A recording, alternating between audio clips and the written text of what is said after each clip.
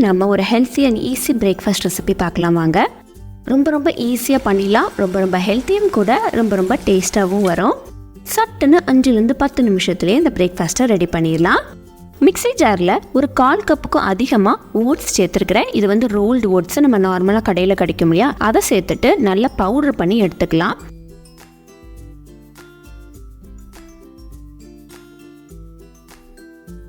Powder பண்ணி எடுத்த ஓட்ஸை ஒரு பவுலுக்கு மாற்றிட்டு அதோட ஒரு 1/4 கப் அளவுக்கு பால் சேர்த்துக்கோங்க, காய்ச்சின பால்.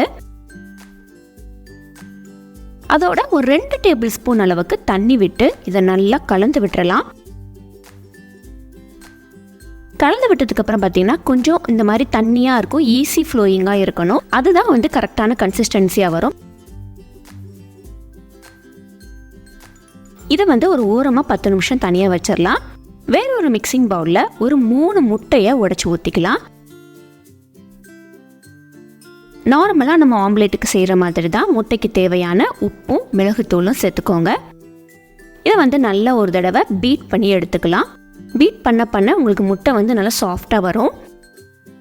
அடுத்து இதில் உங்களுக்கு விருப்பமான காய்கறிகளை நீங்கள் சேர்த்துக்கோங்க. நான் வந்து இங்கே கொஞ்சமாக பொடியாக நறுக்கின கேப்சிகம், அப்புறம் ஆனியன், அப்புறம் தக்காளி, பச்சை மிளகாய், கேரட், இதெல்லாம் தான் நான் இன்றைக்கி சேர்த்துருக்கிறேன். உங்களுக்கு விருப்பம் இருந்தால் நீங்கள் இதில் பொட்டேட்டோவை கிரேட் பண்ணி சேர்த்துக்கலாம், இல்லைனா கேபேஜ் சேர்த்துக்கலாம், எதுனாலும் சேர்த்துக்கோங்க. வாசத்துக்காக கொஞ்சமாக கொத்தமல்லி இலையும் போட்டிருக்கிறேன். 10 நிமிஷம் ஊறின இந்த ஓட்ஸ் மிக்சரை பார்த்தீங்கன்னா நல்லா பாலும் தண்ணியும் உறிஞ்சி நல்லா கட்டியாக இருக்கும். இதில் நம்ம அடித்து வச்சிருந்த முட்டையை சேர்த்துக்கலாம். இது வந்து ஒரு ஃபில்லிங்கான பிரேக்ஃபாஸ்ட்டாக இருக்கும். நம்ம வயிறு நிறைஞ்சி இருக்கும், நம்ம மதியம் தான் பசிக்கும், அந்த அளவுக்கு ஃபில்லிங்காக இருக்கும். நம்ம இன்னைக்கு போட்டிருக்க அளவு வந்து 2 பேத்துக்கு தாராளமாக இருக்கும் பிரேக்ஃபாஸ்ட்டுக்கு. ஓட்ஸையும் எக்கையும் நல்லா கலந்து விட்டுருங்க. ஒரு ஹெவி பாட்டம் பேன் இல்லைனா இந்த மாதிரி நான்ஸ்டிக் பேன் எடுத்துட்டு ஒரு 1 டீஸ்பூன் அளவுக்கு எண்ணெய் ஊற்றிட்டு எண்ணெயை ஃபுல்லாக பேன் ஃபுல்லாக ஸ்ப்ரெட் பண்ணி விட்டுருங்க.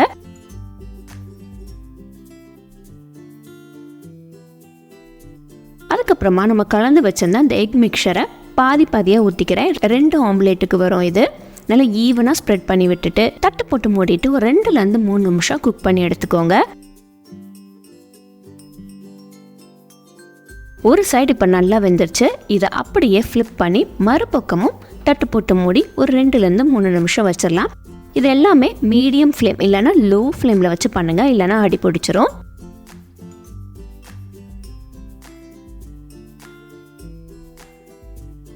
இப்போ பார்த்தீங்கன்னா நமக்கு சூப்பரான ஒரு பிரேக்ஃபாஸ்ட் ரெசிபி ரெடி பண்ணியாச்சு. அவ்வளோதான். இது நீங்கள் பிரேக்ஃபாஸ்ட்டாக மட்டும்தான் எடுக்கணும்னா இல்லை, குழந்தைங்க ஸ்கூல் விட்டு வந்ததுக்கப்புறம் அவங்களுக்கு நீங்கள் ஸ்நாக்ஸாக ஈவினிங் செஞ்சு கொடுக்கலாம், இல்லைனா நைட்டு டின்னர் ரெசிபியாக கூட இதை நீங்கள் எடுத்துக்கலாம். கண்டிப்பாக வீட்டில் ட்ரை பண்ணி பாருங்கள்.